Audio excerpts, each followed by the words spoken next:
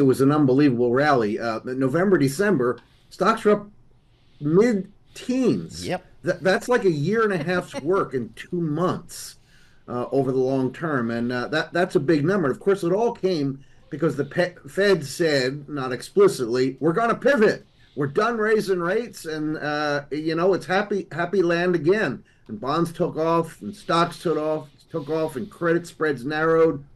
We came into the year, we had a little bit of a hangover. I'm not convinced we aren't going to get some more of that. The average stock having done well with those small stocks catching up in November, December has lagged or down year to date, while the broad averages, you guys point out, are up a bit. So I'm a little concerned, and my biggest concern is earnings, which we can talk about if you like. Absolutely. That's where I wanted to go, Bob. I kind of felt like just looking at that performance at the end of last year, it was, as you mentioned, on that Fed pivot.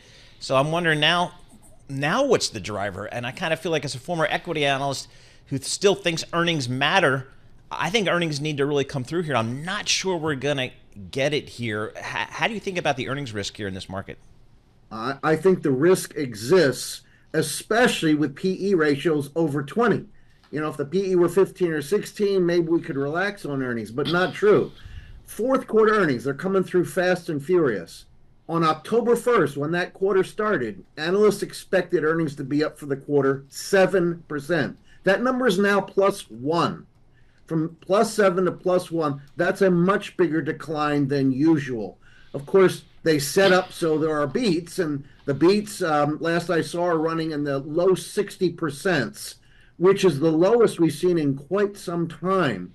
And analysts have not done a whole lot yet to their 2024 numbers, as the fourth quarter is disappointing them a bit. They're waiting for the conference calls to figure out how much to take 2024 down. Those numbers will come down some more, in my view. Bloomberg Surveillance, retirement planning. We're never retiring, so we'll talk about it for you. Bob Dahl, let's talk about retirement planning.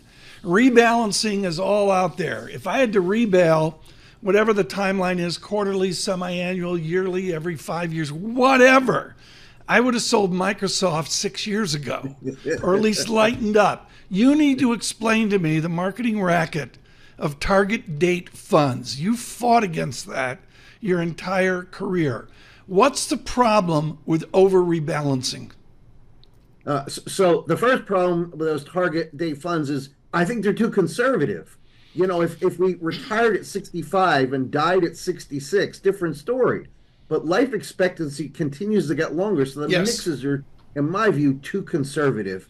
And then when you rebalance, you're constantly rebalance out of things that are working into things that are not.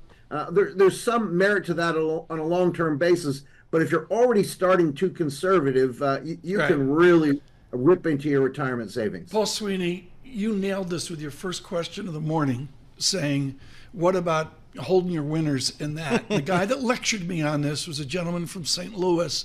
I've never forgiven him for not buying the Cardinals from the Bush family. Benjamin S. Edwards III of A.G. Edwards. Ben Edwards would scream at me, do not sell your winners. Bob Dahl, 101. Hey, Bob, 2024, whether we like it or not, is an election year. You've been through so many cycles, Bob. Does this factor into your outlook? What do you tell your clients here in what could be a volatile, electoral cycle here? Yeah, I think have patience. Don't look for stocks where you think the valuation's going to go up, the earnings, the cash flow. Just be very cautious in terms of the kinds of things you're buying.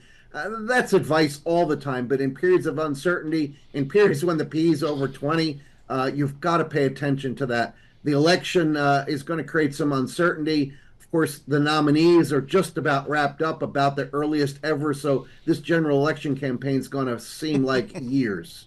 So, yeah, exactly. Just what we all need. Maybe the TV stations with all the advertising dollars, maybe they'll benefit here. So, Bob, I'm also wondering, as I talk to a lot of investors, did the move we saw in the markets again in November, December, was that kind of buy the rumor and now sell the news? Because what can the Fed do? The expectations are already kind of in the market, it seems like. Their expectations and then some are in the market. Right. As you know, we got at one point the expectation that Fed fund futures were saying 7 cuts by the Fed this year. That's backed off to 6. I think it's going to be more like 3 or 4. I think inflation, remain sticky, especially wage rate inflation, and it's going to be tough for the Fed to do as much as the futures curve is suggesting. So yes, we bought the rumor. I think there'll be some disappointing news to come if we can't get 6 cuts.